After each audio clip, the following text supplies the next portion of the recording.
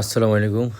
আজকের এই ভিডিওটা হচ্ছে ঢাকা টু হাঙ্গেরির ফুল যাত্রাপথের ভিডিও। সো আমার সকালটা শুরু হয়েছিল এভাবে কিছু বাংলা খাবার দিয়ে, কারণ আমার দুপুরে ফ্লাইট ছিল। দেন আমি বাসা থেকে বের হয়ে যাই বিদায় নিয়ে এয়ারপোর্টের উদ্দেশ্যে। গাড়ি আমার বাসার নিচে চলে আসে। যদিও এই পথে অনেক মায়া, অনেক ত্যাগ, অনেক স্মৃতি ছিল, তারপরেও কিছু করার নেই, বাস্তবতা তাগিদে যেতে হবে। সো এভাবেই আমি এয়ারপোর্টে চলে আসি। এয়ারপোর্টে আমার ভাই, ছোট ভাই, বড় ভাই, আমার বন্ধু সাদ, আর সংশ্লিষ্ট অনেকেই আমাকে শেষ বিদায় দেওয়ার জন্য এখানে এসেছেন। সো ওই জায়গাটা আমার জন্য খুবই অ্যালার্মিং ছিল, খুবই কষ্টদায়ক ছিল। সো তারপরেও তারা আমাকে বিদায় দিতে চায়নি, কিন্তু আমার সময় হয়ে যাওয়াতে আমাকে চলে যেতে হবে। সো আমি তাদের থেকে শেষ বিদায় নিয়ে নিলাম। বিদায় নিয়ে মায়া কষ্ট নিয়েই ভিতরে ঢুকে গেলাম। তারপর হচ্ছে সবচেয়ে মজার বিষয়, এখানে আমার কলেজ ফ্রেন্ড মাইলস্টোনের স্বামীর সাথে দেখা হয়ে গেছে। ও এখানে ইমিগ্রেশন পুলিশ হিসেবে কাজ করছে। সো আমার পাসপোর্টগুলো, বাকি ডকুমেন্টসগুলো ওই চেক করছিল।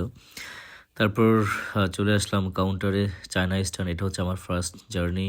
আমি এখান থেকে যাব হচ্ছে চায়নাতে। কিন্তু তারপর যখন বিমান ছাড়ার আগ মুহূর্তেই মোর সাথে লাস্ট কথা হয়েছিল ভিডিও কল। তারপরে দীর্ঘ 4 ঘন্টা ফ্লাই পর আমি পৌঁছে যাই হচ্ছে চায়নাতে। এটা হচ্ছে চায়না কুনমিং ইন্টারন্যাশনাল এয়ারপোর্ট। অনেক গোছালো আর অনেক বড় একটা এয়ারপোর্ট। এখানে আমি লিটারেলি হারিয়ে যাই, কারণ এটা এতই বড় এয়ারপোর্ট, 4 তলা টোটাল। দেন হচ্ছে যে ইমিগ্রেশন করাই নেই, চায়নার পুলিশরা আমাকে অনেক হেল্প করছে, তারা অনেক সাপোর্টিভ ছিল। যদিও তারা ইংলিশ অত পারে না, আমার জন্য তাদেরকে বোঝানোটা অনেক টাফ ছিল। এনিওয়ে, দেন হচ্ছে চায়নাতে আমার প্রায় 14 ঘন্টা ট্রানজিট, 1 রাত 1 দিন। দেন আমি শহরে ঢুকে যাই, তারা আমাকে অন অ্যারাইভাল ভিসা দেয় 24 আওয়ার্সের জন্য। দেন হচ্ছে চায়না শহরটা আমি ঘুরে ঘুরে দেখি। আর সবচেয়ে গুরুত্বপূর্ণ কথা হচ্ছে, চায়নাতে আমার একটা পরিচিত ভাই ছিল, কুনমিনি। সো আমি তার বাসায় যাই এবং সে আমাকে কিছু বাঙালি খাবার সে আমাকে প্রোভাইড করে। তো এটা এটা আমার জন্য খুবই ইন্টারেস্টিং ছিল, বিকজ চায়নাতে বা দেশের বাইরে বা এত গুছানো আমাদের দেশীয় খাবার পাওয়াটা অনেক টাফ ছিল। সো আফটার ডিনার আমি একটু চায়না শহরে একটু বের হইলাম, একটু ঘুরলাম।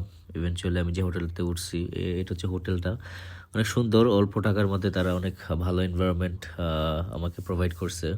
যদিও আমার এই ফুল বিষয়গুলোতে আমার চাইনিজ ফ্রেন্ডটা আমাকে অনেক হেল্প করছে।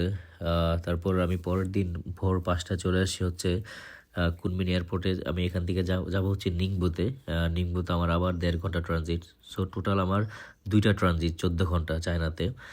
সো ফাইনালি আমি নিংবোতে পৌঁছাইছি। দেন ওখানে আমি লিটারেলি হারিয়ে গেছি।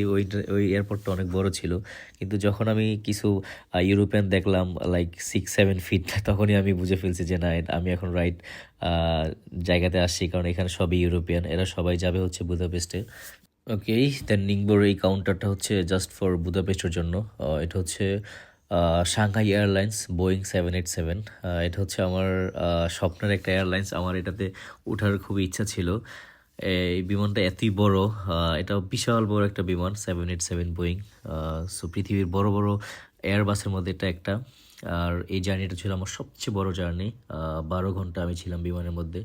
সবচেয়ে ডিফারেন্ট একটা আমার একটা এক্সপিরিয়েন্স হচ্ছে, আমি চায়নাতে যখন এর আগে 2বার গেছি, তখন ছোট ছোট বিমানে ছিল, আমার ডিস্টেন্স ছিল 4 ঘন্টা বা 3 ঘন্টার। কিন্তু আমি ওখানে যতটা না বিরক্ত হয়েছি, এই 10 ঘন্টা আমি এর চেয়ে বেশি আমার কাছে ভালো লাগছে, কারণ এখানে আমি কোনো বিরক্তি হই না। কারণ বোয়িং 787 ফ্লাইটটা এমন বড়, আর এখানে এত এত ফ্যাসিলিটিস আছে যাত্রীদের জন্য। লাইক এখানে টিভি আছে, সব আপনি চাইলে সব কিছু করতে পারবেন। ইভেনচুয়ালি ককপিট দেখতে পারবেন, আপনার ডিস্টেন্স দেখতে পারবেন, মুভি, কমেডি, যেই সব ধরনের নিউজ আপনি দেখতে পারেন। ইভেনচুয়ালি তাদের খাবার আইটেমগুলো ছিল অনেক ডিফারেন্ট আর অনেক ডেলিসিয়াস। আর এগুলো হচ্ছে সব চাইনিজ ফুড, কিন্তু খাবারের কোয়ালিটিগুলো অনেক ভালো ছিল, হেলদি ছিল। আর তো 6 ঘন্টা পর, প্রায় 7 ঘন্টার কাছে যখন বিমানটা আসে, তখন এই এই মোমেন্টটা দেখি বিমান থেকে। সো এটা বাস্তবে যখন আমি দেখছি, আই জাস্ট গেটিং মেসমারাইজিং, কারণ এটা আমি তখনই ক্যামেরাবন্দি করি। কারণ এই সিনারিটা সত্যি কাল্পনিক সিনারি, সরাসরি না দেখলে বোঝা যাবে না। আর যখন আমি একটা সময় বোর হয়ে যাই, তখন আমি এই কোরআন শরীফটা পড়ি ফ্লাইটে। এটা আমার আন্টি আমাকে গিফট করছিল। So after 12 hour, I safely reached Budapest airport. So Alhamdulillah. Then my college CEO, he waiting for me, and সে আমাকে ওয়েলকাম জানাইছে, আমার পেপারগুলো নিয়ে দাঁড়িয়ে ছিল। সো ফাইনালি আমি বুদাপেস্টে ল্যান্ড করি। সো এটাই আমার সম্পূর্ণ জার্নি। আমার জন্য সবাই দোয়া করবেন। আসসালামু আলাইকুম।